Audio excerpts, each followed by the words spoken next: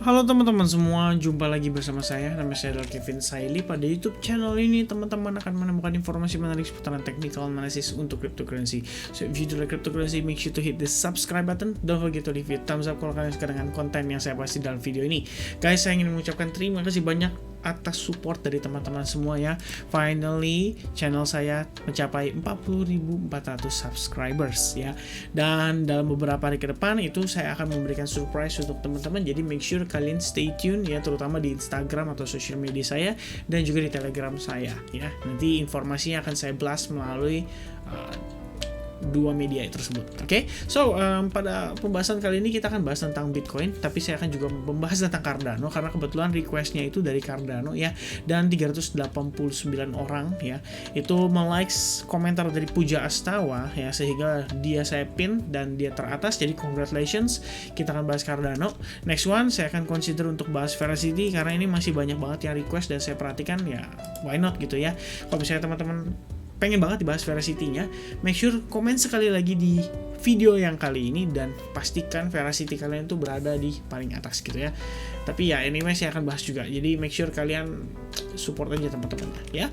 Nah, teman-teman, untuk Bitcoin. Jadi before saya bahas tentang Bitcoin, kita akan lihat dulu ada sedikit news ya yang mempengaruhi pergerakan Bitcoin. Saya rasa ini bisa menjadi impact ya. Ini sebenarnya 1 jam yang lalu, tapi ini beritanya kalau nggak salah tadi saya baca ya sekitar beberapa jam yang lalu. Jadi kurang lebih ada 3 jam yang lalu gitu ya. Jadi SEC itu menolak FanX Spot Bitcoin ETF as BTC price falls below $63K ya. Jadi dia gini teman-teman. Ini setahu saya dan dari tim sih yang info ke saya juga. Jadi sebenarnya ada banyak yang lagi coba propose ya, atau istilahnya kayak mencoba mengajukan untuk apa kalau kita bilang ya, Bitcoin ETF istilahnya, untuk memberikan transaksi Bitcoin ETF lah di dalam salah satu perusahaan mereka. Seperti salah satunya itu adalah Grayscale juga ya. Grayscale juga sama mengajukan Bitcoin ETF untuk perusahaannya atau company-nya, sehingga nasabah istilahnya itu bisa bertransaksi di Bitcoin ETF melalui perusahaan-perusahaan mereka ya. Itu setahu saya dan setahu tim saya juga ya. Jadi saya tadi dari perjalanan belum bisa baca secara lengkap, tapi kurang lebih yang diinfokan ke saya seperti itu. Dan adalah salah satu perusahaan atau salah satu company lah yang namanya FanX ini, itu bisa dikatakan apa ya? Saya baca sedikit deh. The SEC claim any rule change in favor of approving the ETF would not be designed to prevent fraudulent and manipulative acts and practices, nor protect investors and the public interest. Jadi sebenarnya kalau SEC masih ngotot ya, tujuan mereka itu adalah untuk menjaga investor ya, melindungi investor dari kondisi yang namanya penipuan atau fraud dan juga manipulasi, mungkin dari sisi harga dan lain sebagainya gitu ya. According to a Friday filing, the SEC rejected a proposed rule change from the CBOE BZX exchange to list and trade shares of FanX Bitcoin Trust. Nah ini ya kurang lebih ya teman-teman ya. Jadi ada kayak GBTC ya, which is Grayscale Bitcoin Trust ya. Nah ini ada FanX Bitcoin Trust yang mungkin lagi nge-propose dan itu ditolak ya. Ya ini kurang tahu seperti apa teman-teman, nanti make sure kalian baca lagi ya, karena ini ya, intinya simpelnya gini teman-teman ya. Ini kalau bagi saya ya, ngelihat dari news yang tadi kita baca, sebenarnya secara price action itu sudah terjadi terlebih dahulu ya. Jadi kayak harganya drop dulu, baru kemudian ada newsnya. Jadi kayak percuma sebenarnya sih. Kan kayak tadi tertulis ya 3 jam yang lalu, itu kan breaking news. Sementara kondisinya itu sekitar jam 4 ya, dia dropnya itu sekitar jam 4. Istilahnya big red bar candle-nya itu jam 4 sore tadi ya, which is kalau 3 jam yang lalu itu berarti sekitar jam 12, jam 11-an lah baru mungkin ada newsnya yang masuk ya. Ya setidaknya dari sini kita bisa tahu teman-teman. Oke? Berarti memang ada potensi either itu Bitcoinnya bisa lebih koreksi lebih deep atau gimana gitu ya. Nah pertama teman-teman kita akan bahas dulu dari Bitcoinnya ya. Akan saya tunjukkan teman-teman secara kondisi saat ini itu sebenarnya sederhana banget ya. Kita ngelihat memang kan dia sudah breakout dari resistance-nya. Key resistance itu di $63.500 ya. Hanya bisa lihat di sini. Dan kondisi hari ini kalau misalkan Bitcoin itu bisa closingnya seperti ini, sebenarnya masih saya anggap bagus juga anyway ya. Walaupun kemarin kita udah sempat bahas ya, Bitcoin itu ngebentuk yang namanya evening star. Evening star itu cenderung koreksi atau bearish reversal pattern ya. Tapi di hari ini kita ngelihat teman-teman bahwa exponential moving average 21 lagi-lagi disentuh dan di testing ya, udah 3 kali ya so far dari yang terakhir yang sempat false break ini gitu. Jadi kalau misalnya kita lihat teman-teman, ini memang ada kecenderungan dia tuh mau bawa koreksi dan ngetes di kisaran area ini dulu sebelum either itu dia kembali penguatan atau justru sebaliknya yaitu breakdown ya dan berubah haluan. Nah so far kalau misalnya kita lihat teman-teman, ada beberapa hal yang berpotensi menjadi key support untuk Bitcoin dan itu saya rasa di kisaran $63.000 ya. Kalau misalnya kalian lihat, ini saya tarik Fibonacci dari wave 2 ke wave 3 itu kita dapati beberapa level Fibonacci retracement. Salah satunya adalah 50%, 61,8%. Dan saya lihat teman-teman, kita itu respect juga dengan area 0,618 ya, which is itu adalah golden ratio atau golden pocket bagi sebagian orang. Lalu saya juga tarik menggunakan Fibonacci extension ya, saya tarik dari kondisi tertingginya di sini ke wave A ya. Sorry, ini saya salah ambil ini ya, salah ambil tools ya. Dari tarik ke wave A-nya, lalu kita tarik ke wave B-nya atau wave 3 yang potensial paling atasnya ya. Nah, itu kita dapetin di sini level 2618 di kisaran $62.370, which means sebenarnya itu udah dekat-dekat banget teman-teman ya. Jadi memang kayak Bitcoin itu ngetes area-area tersebut, lalu kita nggak dapat semacam reaction ya di kisaran area tersebut so far. Jadi kalau misalnya kalian bisa bilang ini kayak aja ngebentuk semacam inverse head and shoulders ya. Jadi dia kayak gini, lalu dia breakout, lalu penguatan kembali ya. Ada kemungkinan kita bisa ngelihat Bitcoin melakukan hal tersebut. Karena kalau secara RSI sendiri memang kita melihat di sini terbentuk yang namanya exaggerated bullish divergence ya. Kalian bisa search itu exaggerated divergence ya, kurang lebih gambarnya seperti ini. Jadi kalau misalkan hidden bullish itu kan posisi RSI-nya turun tapi marketnya create higher high gitu kan. Nah kalau misalkan ada satu lagi yang namanya exaggerated divergence, itu kondisinya gini teman-teman ya. Oh ini kan terbalik ya teman-teman ya. Saya harus cek kemana saya dapat informasinya ya. Ini masih ya seputaran RSI-nya. Ini sebenarnya sama aja sih ya. Ya dari segi pricingnya sama ya kurang lebih ya teman-teman. Oke, jadi sorry ya, saya rasa saya salah penyebutan teman-teman ya. Maklum ya, faktor ngantuk teman-teman. Jadi sebenarnya secara osilator sendiri kita ngelihat harusnya dia mengalami yang namanya penguatan ya. Secara marketnya itu harusnya dia seperti ini gambarannya teman-teman ya. Ini kalau exaggerated ya.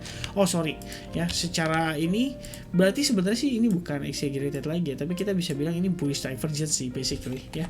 Kalau kita lihat dari time frame 4 jam memang belum terlihat ya, tapi teman-teman kalau misalkan dari time frame hourly itu kita udah ngelihat, terutama 1 jam ya, itu kita udah ngelihat potensi terbentuknya bullish divergence. Dan kalau misalkan untuk time frame 4 jamnya sendiri sebetulnya sih tadi saya ada sempat ngelihat ya, di kita berpotensi ngebentuk yang namanya bukan ini ya, kita ngelihat bisa ada potensi trend line di kisaran area tersebut, which means Bitcoin masih bisa kemungkinan tes sekali lagi sebelum dia benar-benar penguatan ya.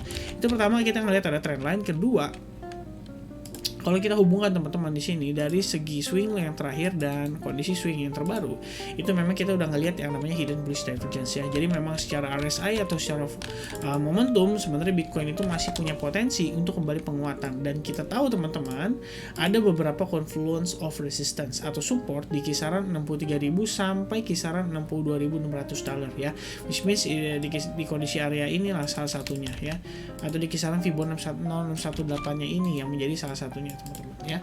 Jadi kisaran 2 area inilah untuk si Bitcoin. Ya, kalian boleh perhatikan teman-teman, kalau misalkan kita ngelihat di sini ada reaction dan akhirnya Bitcoin berhasil break dari kisaran pergerakan ini, maka saya rasa Bitcoin so far so good ya. Kita masih bisa ngelihat dia meneruskan penguatannya. Jadi no need to panic ya, kecuali teman-teman tradingnya itu nggak pakai stop loss dan tidak manage resikonya, which means itu menjadi suatu hal yang wajar kalau misalnya kalian jadi panik gitu teman-teman ya. Alright, so di sini ada potensi wave 4, tapi saya belum katakan demikian until kita ngelihat dia ngebentuk yang namanya higher high ya, and then create atau confirmation di higher low-nya dia ya untuk meneruskan penguatan. Oke. So, paling sekilas untuk Bitcoin kurang lebih seperti itu gambarnya teman-teman ya. Lalu kita akan lanjut ke Cardano. Cardano saya rasa pembahasannya mungkin akan lebih singkat daripada si Bitcoin teman-teman ya.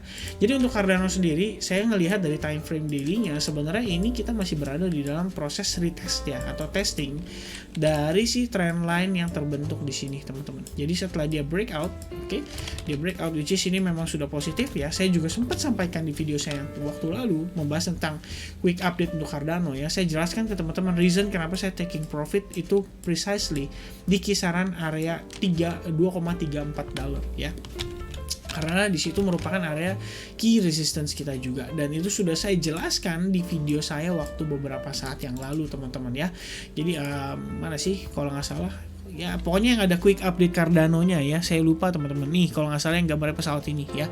Ini kebetulan yang nonton 10.000 orang ya, harusnya sih tahu ya di situ ya. Saya ada melakukan taking profit atas Cardano karena sebenarnya reasonnya simple karena hal tersebut, dan saat ini future saya akhirnya terkena stop loss dalam kondisi break even point. Jadi setengah posisi saya itu udah exit, dan mungkin saya akan cari lagi kesempatan untuk bisa re-entry terutama di futures marketnya ya. Untuk spot sendiri kalau misalkan saya ngelihat dia ada konfirmasi di kisaran area ini lalu dia pump kembali ya, sebelum pump teman-teman akan saya entry terlebih dahulu. Ketika kita ngelihat dia udah mulai sideways aja sebenarnya di sini, itu udah akan menjadi indikasi yang positif ya. Setelah dia breakout di sini saya akan entry untuk spot. Jadi saya akan tambah lagi muatan spot saya supaya kita bisa nangkep momentum dari si Cardano ya. Nah, selain itu untuk time frame daily hourly-nya sendiri itu sebenarnya ada suatu hal yang menurut saya cukup menarik teman-teman ya. Ada beberapa area yang sebenarnya nggak di-respect sama si Cardano. Pertama teman-teman, di sini sebetulnya saya kemarin ini iseng ya menggambar garis menghubungkan antara dua titik ini, dan akhirnya ketemulah titik ini di mana Cardano itu sempat ketahan beberapa waktu. Setelah dia break dari area itu, kita malah balik ngetes ke trendline bagian bawahnya dia ya. Jadi kurang lebih sekarang itu kita melihat Cardano ini lagi coba survive untuk bisa bertahan di atas trendline sekaligus key supportnya dia ya. Makanya kalau misalnya saya pribadi sih tetap cukup ya, bisa dikatakan cukup confident lah ngelihat si Cardano ini masih ada potensi untuk penguatan, bahkan create new all time high ya di beberapa waktu ke depan gitu. Karena kita ngelihat di sini memang ada beberapa potensi yang kita lihat terhadap Cardano itu bisa terjadi ya. Salah satunya adalah ini secara secara lower time frame ya. Jadi kita bisa lihat ini lebih detail lagi di time frame 15 menit sebenarnya. Kita ngelihat di sini terbentuk semacam falling wedge pattern, dan dia sekarang sudah mulai breakout ya di kisaran area tersebut. Nah, kalau misalkan follow up-nya dia bisa close juga di atas kisaran area trendline ini, maka menurut saya cukup positif ya untuk Cardano dan kembali on track atas pergerakan terakhirnya. Nah, so far sih Cardano so far so good ya. Kita cuma sedang testing aja di trendline ini. Mudah-mudahan sih kita bisa langsung ngelihat dia rebound kembali ya, tanpa harus berlama-lama sideways atau mungkin cenderung turun lagi gitu. Oke. Ya paling sementara untuk update-nya seputaran Cardano terutama itu hanya sebatas itu aja teman-teman ya. Jadi saya pikir kita nggak perlu terlalu pusing banget untuk kondisi Cardano. Kalau saya sih ngelihat dia masih akan saya akumulasi lagi gitu. As long dia nggak break kisaran trendline yang ada di sini atau kisaran $1,87 ya, saya tetap akan akumulasi untuk Cardano. Either itu di spot, dan untuk future saya akan cari timing terbaik untuk bisa entry kembali. Oke. So, saya rasa itu dulu teman-teman update saya untuk seputaran Bitcoin dan juga untuk Cardano. Mudah-mudahan apa yang saya sampaikan di sini bisa membantu dan bermanfaat. I'm sorry kalau misalkan ada beberapa kata-kata yang mungkin salah atau miss saya sebutkan karena posisi saya sudah sedikit lelah teman-teman ya. Bukan sedikit lagi sih, memang sangat lelah sih dengan perjalanan terakhir saya dari Bandung. Dan thank you so much buat teman-teman yang udah sempat leave direct message ya atas seputaran pertemuan kita, mungkin bisa ketemu di Bandung atau gimana teman-teman. I'm sorry kalau misalkan belum bisa jawab satu persatu, tapi yang pasti mungkin suatu ketika atau suatu waktu nanti kita bisa ketemu ya secara offline meeting face to face ya, mungkin dengan seminar atau mungkin kita dengan ngobrol santai di coffee shop ya, yang mungkin ada di Bandung, yang mungkin ada di Surabaya atau di Medan atau di Bali. Kita bisa kongko dan bisa ketemuan serta ngobrol seputaran trading. Okay, so once again thank you very much for watching this video. I hope you guys enjoy what I said in this video dan konten yang saya deliver di dalam video ini. Sampai ketemu lagi di update berikutnya. Dan sekali lagi thank you so much ya buat teman-teman yang udah subscribe channel ini sampai mencapai 40.000 subscribers. Alright, I think that's it. God bless everyone. I'll see you guys again in the next update. Cheers.